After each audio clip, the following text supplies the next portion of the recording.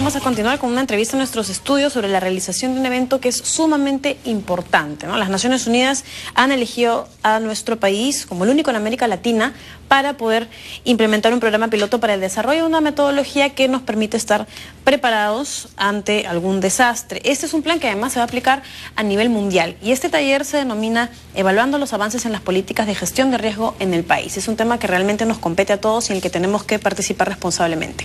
Nos acompaña el doctor Pedro Ferradas, es representante latinoamericano de la Red Global de Desastres y especialista de soluciones prácticas. Muchas gracias por estar con nosotros, doctor. Gracias. Y bueno, antes que otra cosa, destacar la importancia de este taller que se viene realizando en nuestro país. Empezó ayer y cómo estamos avanzando.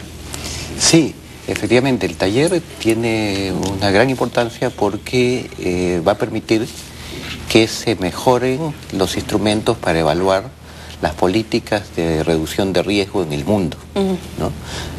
Han sido elegidos 5 países y en América Latina el Perú para este fin. Y la razón por la cual ha sido elegido el Perú es porque tiene varias características, ¿no? Una que es bastante preocupante, que es su nivel de riesgo, pero también un aspecto muy positivo, y es que existen iniciativas importantes de la sociedad civil, de las organizaciones,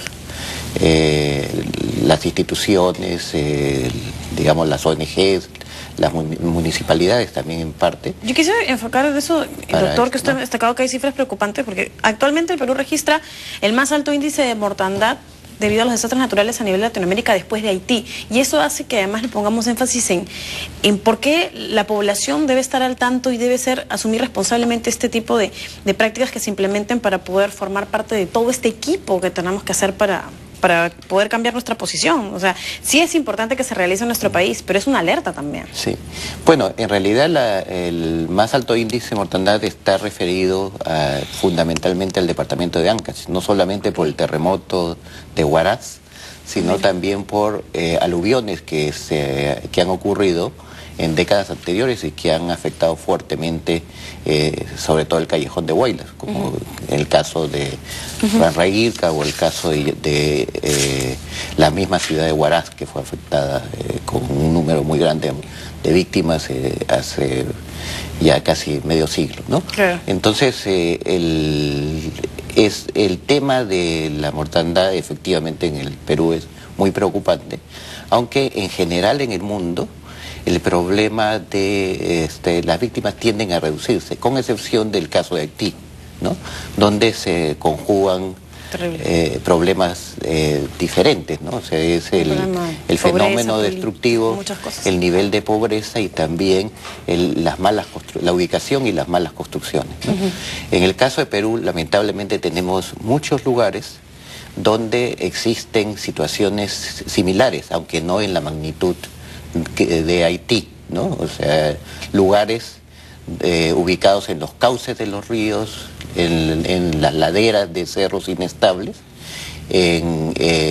también en los cauces de aluviones o aludes, y que simplemente en el momento en el que empiece a llover fuertemente o que ocurran sismos de regular intensidad, se producen los desastres. Como dice usted, además hay un caso grande de negligencia. Es lamentable eso, ¿no? Porque muchas veces se habla de las malas ubicaciones, como mencionan las riberas de los ríos, en zonas específicamente que son muy, muy vulnerables. Y en ese sentido es destacar la importancia de la participación civil para poder llegar a los puntos que se vayan acordando. Cuéntenos, por favor, en qué consiste este marco de acción de IOGO que busca implementarse y que ha sido adoptado ya en 168 países. Ya.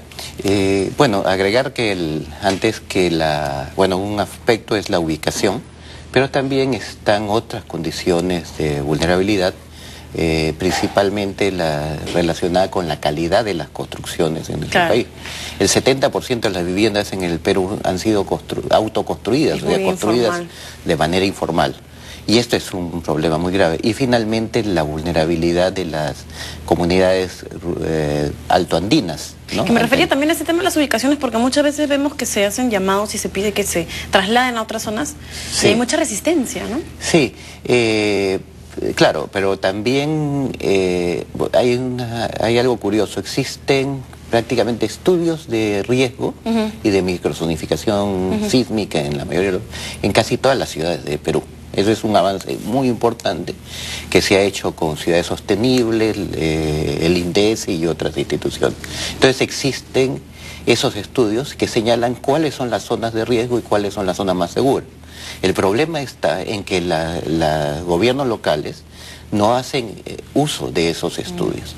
Ni los gobiernos locales ni las empresas. Por ejemplo, hemos recientemente terminado un estudio para el Banco Mundial en el cual se evidencia que las empresas de agua y saneamiento no contaban no solamente con estudios, con evaluaciones y estudios de riesgo, sino que carecían de planes de emergencia actualizados.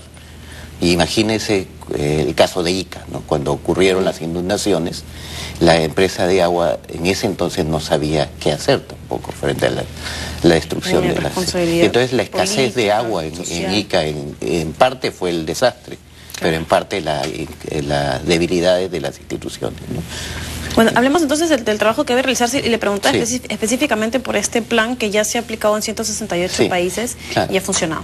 Ya, el marco de acción de Hyogo se denomina así porque es producto de un evento, una Asamblea de Naciones Unidas realizada el año 2005, incluye un conjunto de recomendaciones que han adoptado, que han sido aceptadas por los países, y hay un mecanismo para monitorear el avance en la aplicación de estas recomendaciones. Entonces estas recomendaciones tienen que ver, entre otras, con el fortalecimiento de las instituciones para reducir los riesgos de desastres. El fortalecimiento no solamente de las instituciones que responden a emergencias, sino del conjunto de las instituciones de la sociedad. Porque el tema de los riesgos de desastres debe ser visto cuando, por ejemplo, se va a diseñar un proyecto. Es importante evaluar los riesgos que se pueden generar al implementar un proyecto de desarrollo.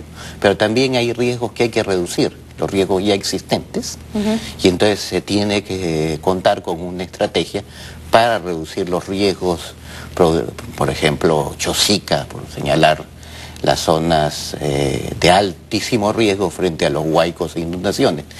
Y finalmente debemos también estar preparados para responder a las emergencias o a los desastres. Un ejemplo va a ser acciones tipo el próximo simulacro nocturno que se va a realizar la próxima semana en Lima, ¿no? Claro. Entonces esta combinación de estos tres tipos de estrategias son fundamentales, ¿no? Hay otro aspecto que es muy importante, y es el hecho de que se cuente con la participación de las comunidades y se tenga, o sea, en este caso la participación del conjunto, principalmente las comunidades más vulnerables, pero también se tenga en cuenta la situación de los sectores más vulnerables. Por supuesto. Por ejemplo, una cosa que es gravísima en el país es la carencia de una estrategia de protección especial tanto de los niños como de las personas adultas en situación de discapacidad, ¿no? En el terremoto de Ica se organizaron las familias que contaban con personas discapacitadas reclamando que en la reconstrucción se les tenga en cuenta. Atención, claro, por supuesto. Entonces hemos visitado muchas veces lugares, incluso centros educativos, en donde no hay una sola medida para proteger a los niños en situación de discapacidad. Ahora, me decía usted, cuando se culmine con este taller, hoy termina, sí, se va a tener un documento que va a ser aplicado además en varios países. ¿Cuáles van a ser los resultados concretos y efectivos de este evento tan importante? Bueno, lo que estamos encontrando, porque ya existía un borrador preparado por Naciones Unidas, es que en el documento había que incorporar justamente algunos de estos aspectos, lo que se llaman los niveles transversales. Claro.